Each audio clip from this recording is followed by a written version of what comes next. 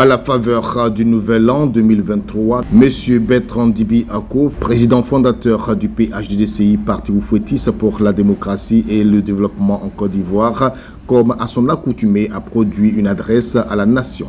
Depuis son exil aux États-Unis d'Amérique, l'ancien membre du RHDP au pouvoir a exprimé ses inquiétudes quant à la paix sociale en Éburnie. Après une appréciation du climat politique, il craint des municipales 2023 tendues en Côte d'Ivoire. Outre la vie politique de la nation, il a fait une analyse au niveau économique et sécuritaire. Monsieur Dibi Ako ne semble pas être rassuré quant au bien-être social de ses concitoyens. Suivons l'intégralité de son message. Ivoirienne, Ivoiriens, mes chers compatriotes, l'année 2022 qui vient de s'achever donne l'occasion au Parti des Oufouettistes pour la démocratie et le développement en Côte d'Ivoire, en abrégé PHDDCI, de jeter un regard rétrospectif sur les faits majeurs qui ont animé la vie de la nation au plan politique, économique et sécuritaire. Premièrement, au plan politique. Le 4 mars 2022, sous la présidence du Premier ministre Patrick Achi, le rapport final sanctionnant les travaux de la 5e phase du dialogue politique a été signé par plusieurs organisations politiques et de la société civile ivoirienne. Ce acte fort a laissé espérer une décrispation du climat sociopolitique et l'amorce de la réconciliation entre les filles et les fils de la Côte d'Ivoire. À cet acte s'est ajouté le retour en Côte d'Ivoire de M. Charles Blé Goudé au mois de novembre 2022. Blanchi par la Cour pénale internationale, à l'issue d'un long et interminable procès, et maintenu malgré lui en exil par des procédures administratives exagérément longue, M. Charles Blé Goudé a pu enfin regagner son pays natal, oui, la terre de ses ancêtres, grâce à la bonne volonté du président de la République, son Excellence, M. Alassane Ouattara. Ivoiriens, mes chers compatriotes, malgré ces actes politiques forts, l'atmosphère sociopolitique en Côte d'Ivoire reste lourde. Madame Pulchéry Balé, une militante de la société civile, a été arrêtée de manière injuste et emprisonnée le 23 août 2022 pour, dit-on, entente avec les agents d'une puissance étrangère de nature à nuire à la situation militaire et diplomatique de la Côte d'Ivoire, diffusion de fausses nouvelles, de nature à entraîner une atteinte au moral de la population et enfin, atteinte à l'ordre public. Les violences autour de la visite du président Laurent Gbagbo à Zopé et les échanges enflammés entre le PPACI et le RHDP qui ont suivi montrent que la réconciliation politique est encore fragile et que l'exorcisme des vieux réflexes et démons semble n'avoir pas réussi.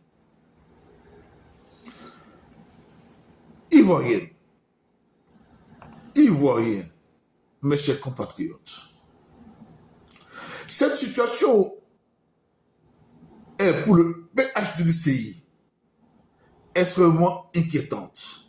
Oui, vraiment inquiétante, quand l'on sait que l'année 2023 verra au plan politique la tenue des élections municipales et régionales, d'ordinaire source de violence. La situation est d'autant plus préoccupante que la liste électorale reste marquée de suspicions de fraude et que certaines recommandations de l'accord politique du 4 mars 2022 tardent à être appliquées pour préparer des élections sereines et sans violence. Malgré quelques ouvertures et avancées, le jeu politique reste fermé avec un pouvoir RHDP qui exploite astucieusement les rouages du régime présidentiel, les manifestations pacifiques pourtant garanties par la Constitution restent interdites et le découpage électoral n'est ni juste ni consensuel et tend à favoriser arithmétiquement le pouvoir RHDP. Ivoiriens, mes chers compatriotes,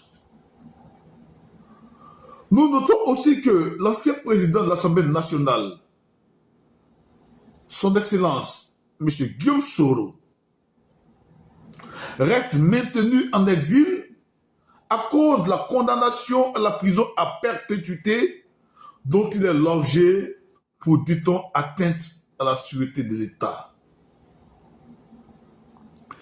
Certains de ses partisans et des militaires ayant combattu sur ses ordres pour le compte du régime actuel sont aussi maintenus en prison au grand désarroi de leur soutien qui avait espéré un processus de réconciliation devant aboutir à une amnistie générale. Nous avons aussi assisté à l'arrestation malveillante et injustifiée du cyberactiviste Peter 007, qui se trouve présentement dans les geôles de la maison d'arrêt et de correction d'Abidjan, Maka. Ivoiriens, mes chers compatriotes, 46 docteurs qui ont décidé de manifester pacifiquement pour attirer l'attention de leur désespérance ont été arrêtés, tout comme 46 militaires ivoiriens en mission pour le compte de la Côte d'Ivoire demeurent emprisonnés au Mali depuis des mois. Avec l'éclaircie qui, grâce au pouvoir de la diplomatie, semble se profiler à l'horizon pour les militaires ivoiriens, le PHDDCI, Parti des Oufouettistes pour la démocratie et le développement en Côte d'Ivoire, espère en la libération prochaine des docteurs incarcérés après leur procès pour trouble à l'ordre public.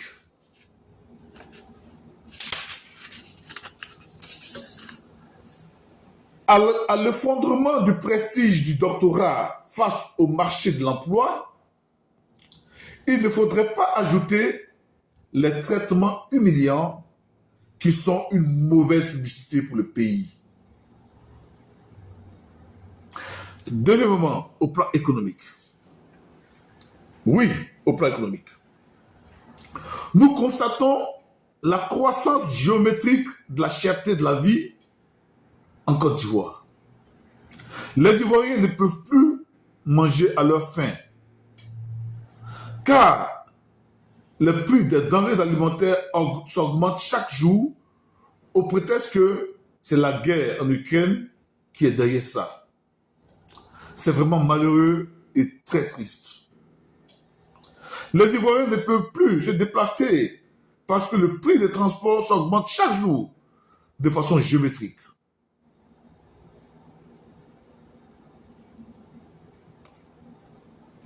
Mes chers compatriotes, le Parti des Oufouettistes pour la démocratie et le développement en Côte d'Ivoire, PHDDCI, constate également qu'au plan économique, le poids du service de la dette extérieure et intérieure reste une préoccupation inquiétante.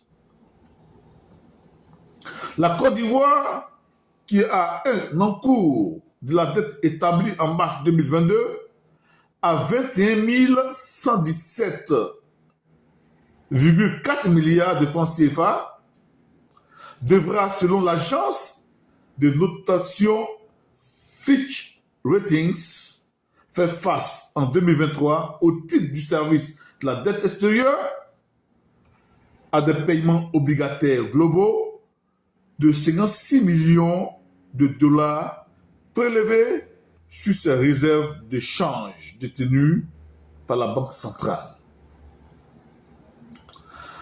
En 2024, ce sont 196 millions de dollars que devra rembourser la Côte d'Ivoire, toujours au titre de la dette extérieure. Ces paiements, selon Fitch, risquent de provoquer une grave instabilité macroéconomique et des tensions de liquidité, surtout que s'est achevée l'initiative de suspension du service de la dette ISSD. Même si le financement du développement rend nécessaire les emprunts, le PHDDCI recommande à la Côte d'Ivoire un endettement modéré face aux prêteurs internationaux qui pourraient relever le niveau de leur prime à cause de cette situation d'instabilité macroéconomique. Il ne faut pas oublier que l'endettement démesuré a créé la crise de l'endettement dans les années 80 et entraîné les programmes d'ajustement structurel, PASS, qui ont brisé l'élan du développement social dans les pays africains et dont les efforts pervers continuent d'être ressentis par le système éducatif, le système de santé et le monde agricole. Ivoiriens, mes chers compatriotes, selon le rapport du Fonds monétaire international numéro 22/205 de juin 2022, même si un ensemble de mesures et des trajectoires du taux d'intérêt variable ou viable devraient permettre une dynamique de la dette soutenable, dans le scénario de base, le ratio service de la dette extérieure-recette intérieure est néanmoins proche de son seuil. Le Fonds monétaire international constate de plus que les tests de résistance donnent à penser que la dynamique de l'endettement observé en Côte d'Ivoire est la plus vulnérable à un choc sur les prix des produits de base. Dans le cas du test de résistance standard portant sur les prix des produits de base en lien avec l'analyse de viabilité de la dette AVD, la valeur actuelle de la dette publique par rapport au PIB dépasserait le seuil correspondant de 55% à partir de 2025 et continuerait de croître par la suite, ce qui témoigne de l'importance du renforcement de la résilience dont la Côte d'Ivoire fait déjà preuve en privilégiant une compétitivité accrue et une diversification économique. Ivoiriens, mes chers compatriotes, le Fonds monétaire international constate toujours que les risques qui pèsent sur la capacité de la Côte d'Ivoire à rembourser le FMI émanent principalement du secteur budgétaire ainsi que des chocs extérieurs éventuels. Le ratio service de la dette recette relativement élevé de la Côte d'Ivoire présente certains risques et la marge de manœuvre qui permet d'absorber les chocs est limitée. La dynamique d'endettement de la Côte d'Ivoire est donc vulnérable à plusieurs chocs potentiels recensés dans la matrice d'évaluation des risques, tels que des perturbations économiques et politiques et une volatilité accrue des coûts des produits de base et des marchés financiers. Ces chocs pourraient nuire à la demande extérieure et à l'accès aux emprunts internationaux. ce qui peut compromettre la capacité de la Côte d'Ivoire à rembourser le FMI. Le PHDDCI, Parti des oufetistes de développement et la démocratie en Côte d'Ivoire, recommande donc la prudence et la modération dans la recherche des besoins de financement par l'endettement. La viabilité de la dette de la Côte d'Ivoire est à ce prix. Ivoiriens, mes chers compatriotes, l'année 2022 a été marquée au niveau de l'actualité africaine par une crispation des relations entre la France et certains pays africains confrontés à de graves problèmes de sécurité et l'opinion publique africaine qui décide de se tenir debout contre la France. Cette situation a suscité la colère des autorités françaises qui croient que les Africains sont des manipulés, des xénophobes et des anti-français. Le PHDCI déplore la dégradation des rapports entre la France et certains pays africains. Le PHDCI rejette le prisme déformant qui sert d'argumentaire aux autorités françaises pour noyer le poisson et éviter les débats constructifs qui ouvriraient les yeux sur la profondeur de l'injustice vécue par les Africains. Enfin, au plan sécuritaire, nous avons assisté dans ces 10 dernières années au phénomène grandissant des microbes qui constituent le bras séculier du pouvoir d'Abidjan, puisque ces individus dangereux et criminels opèrent de concert avec l'armée régulière de Côte d'Ivoire. Cela est vraiment inquiétant quand on voit ces bandits qui sont encadrés par les forces de l'ordre dans le cadre de leurs actions de criminalité. Ivoiriens, mes chers compatriotes, de nombreux défis nous attendent l'année prochaine et les années à venir. Et c'est ensemble que nous allons les relever tous. Et l'Afrique devra inventer sa voie selon ses propres besoins de développement et ses propres perspectives stratégiques et non sous dictée.